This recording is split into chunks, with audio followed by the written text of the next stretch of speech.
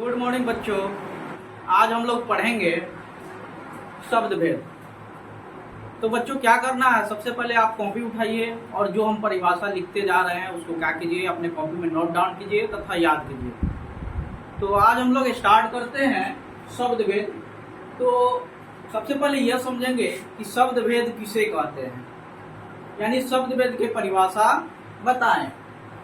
तो ऐसी स्वतंत्र एवं सार्थक ध्वनि जिसका निर्माण एक या अधिक वर्गों से हुआ हो शब्द कहलाती है। एक बार और सुनिए, ऐसी स्वतंत्र एवं सार्थक ध्वनि जिसका निर्माण एक या अधिक वर्गों से हुआ हो उसे हम लोग क्या कहते हैं, शब्द कहते हैं।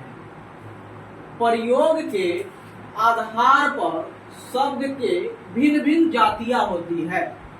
आगे बढ़ेंगे। प्रयोग के आधार पर शब्द के भिन्न भिन्न जातियां होती है जिन्हें हम लोग क्या कहते हैं, शब्द भेद कहते हैं या कहा जाता है। एक बार और परिभाषा सुन लीजिए। ऐसी स्वतंत्र एवं सार्थक ध्वनि जिसका निर्माण एक या अधिक वर्गों से हुआ हो शब्द कहलाती है। प्रयोग के आधार पर शब्द के भिन्न भिन्न जातियां होती है जिन्हें हम लोग शब्द भेद कहते हैं। अब देखिए हम लोग आगे बढ़ते हैं। तो शब्द भेद के कितने प्रकार हैं? तो शब्द भेद के दो प्रकार होते हैं। एक को बोलते हैं सार्थक और दो को बोलते हैं निरर्थक। यानी एक बार और सुनिए, शब्द भेद के दो प्रकार होते हैं। एक को बोलते हैं सार्थक और दूसरा को बोलते हैं निरर्थक।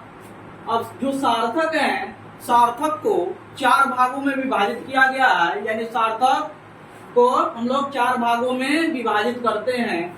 कौन कौन भागों में? तो एक को बोलते हैं उत्पत्ति या दूसरा नाम है स्रोत के आधार पर। दूसरा को बोलते हैं यानी रचना या बनावट के आधार पर। तीन नंबर को बोलते हैं अर्थ के आधार पर और चार नंबर को बोलते हैं प्रयोग या दूसरा नाम इसका रूप, प्रयोग या रूप के आधार पर। एक बार और सुना जाए, जो सार्थक है उसको हम लोग चार भागों में विभाजित करते हैं।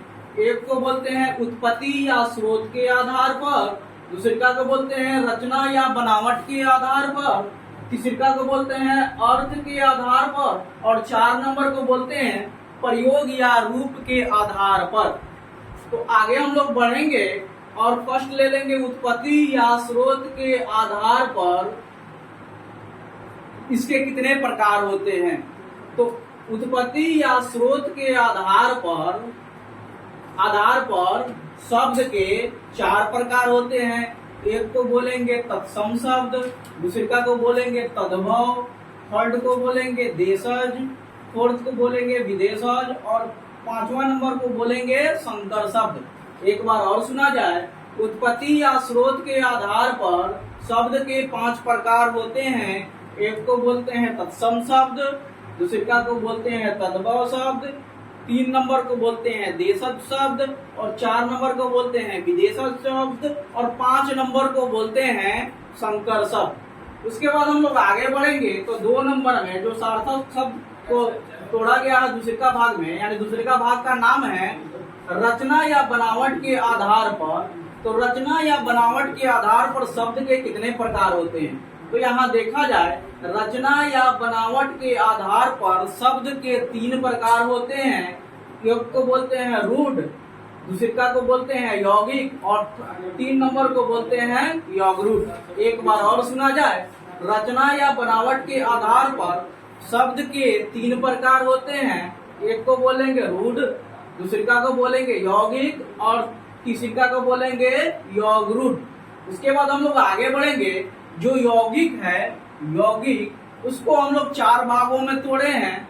यानी यौगिक को कितने भागों में तोड़ा जाता है? तो यौगिक को चार भाग में तोड़ा गया है। एक को बोलेंगे, जो यौगिक है उसको एक को बोलेंगे उपसर्ग के योग से, यानी एक को बोलेंगे उपसर्ग के योग से।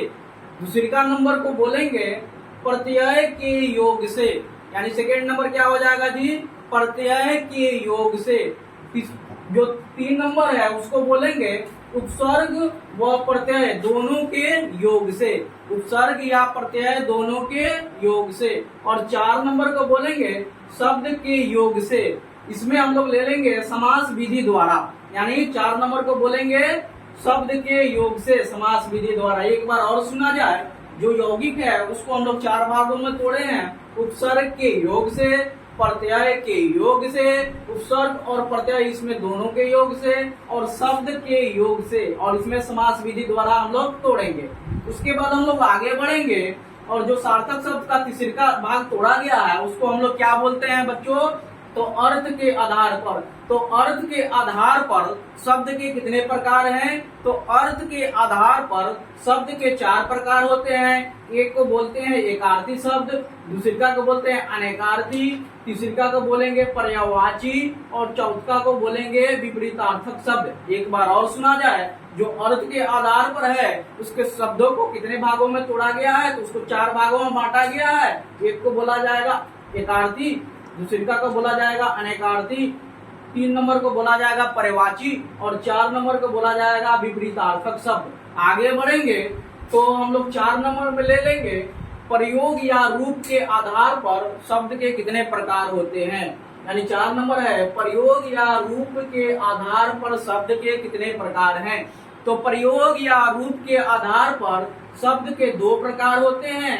एक को बोलते हैं विकारी शब्द और दूसरा को बोलते हैं अविकारी शब्द। एक बार और सुना जाए, प्रयोग या रूप के आधार पर शब्द के 2 प्रकार होते हैं। एक को बोलते हैं विकारी शब्द और दूसरा को बोलते हैं अविकारी शब्द। अब विकारी शब्द हैं, जो विकारी शब्द है उसको हम लोग 4 भागों में बांटे हैं। एक को बोलेंगे संज्ञा, दूसरा को बोलेंगे सर्वनाम, 3 नंबर को बोलेंगे विशेषण, और 4 नंबर को बोलेंगे क्रिया विशेषण। एक बार और सुना जाए, जो विकारी शब्द है उसको हम लोग 4 भागों में बांटते हैं। एक को बोलते हैं संज्ञा, दूसरा को बोलते हैं सर्वनाम, 3 नंबर को बोलते हैं विशेषण, और 4 नंबर को क्रिया बोलते हैं। उसके बाद हम लोग आगे बढ़ेंगे तो अविकारी शब्द है, तो अविकारी शब्द को भी हम लोग 4 भागों में बांटेंगे। एक बार और सुना जाए, अविकारी शब्द को हम लोग 4 भागों में बांटेंगे। एक को बोलेंगे क्रिया विशेषण, दूसरा को बोलेंगे संबंध बोधक, तीसरा को बोलेंगे समुच्चय बोधक, और 4 नंबर को बोलेंगे विस्मयादि बोधक। एक बार और सुना जाए, जो अविकारी शब्द है उसको हम लोग 4 भागों में बांटे हैं। एक को बोलेंगे क्रिया विशेषण, दूसरा को बोलेंगे संबंध बोधक, और 3 नंबर को बोलेंगे समुच्चय बोधक, और 4 नंबर को क्या बोलेंगे विस्मयादि बोधक। तो बच्चों क्या करना है, इसको क्या करना है, आपको कॉपी में नोट करना है और इसको याद करना है।